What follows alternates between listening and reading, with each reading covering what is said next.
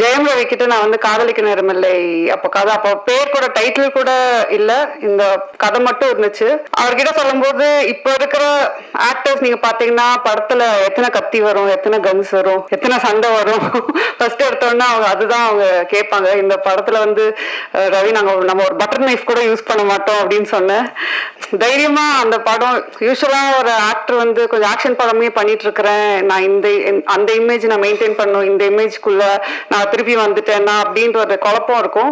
ரவிக்கு ரொம்ப கிளியரா ஃபர்ஸ்ட் எடுத்தோன்னே நான் பண்றேன் அவ்வளவுதான், அதுக்கப்புறம் நோ லுக்கிங் பேக், வேற எதுவுமே கேள்வி கேட்கல, தைரியமா என்னைய நம்பி அவர் வந்து இந்த கதை பண்ணாரு. So thank you Ravi. அண்ட் நீங்க பாலச்சந்திர சாரோட என்னை கம்பேர் பண்ணும்போது எனக்கு ஒரு வாட்டி I am getting goose bumps because I am so like overwhelmed by that. I adore him. Nithya Menon வந்து நான் அவங்க சொன்ன மாதிரி அவங்க கிட்ட கதை சொல்லும் போது எனக்கு தெரியும் அவங்க ரொம்ப செலக்டிவா கதை பண்ணுவாங்க. அண்ட் ஆல்ரெடி அவங்க பத்தி என்ன நான் கேள்விப்பட்டிருக்கேன்னா அவங்க எல்லாத்துலயும் ரொம்ப கரெக்டா இருப்பாங்க, ஸ்ட்ரெயிட் ஃபார்வர்டா இருப்பாங்க. சம்டைம்ஸ் சில இடத்துல எல்லாம் கொஞ்சம் ஸ்ட்ரிக்டா இருப்பீங்க கூட நான் கேள்விப்பட்டிருக்கிறேன்.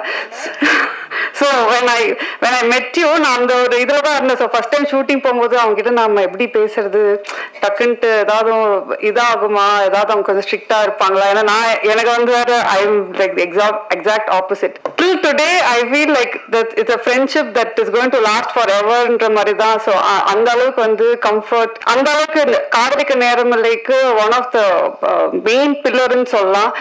சொன்ன மாதிரி ரவி சொன்ன மாதிரி அவங்களோட கேரக்டர் அந்த போல்டா அதை ஏத்துட்டு பண்றது வந்து நிறைய பேர் அதை பண்ண மாட்டாங்க.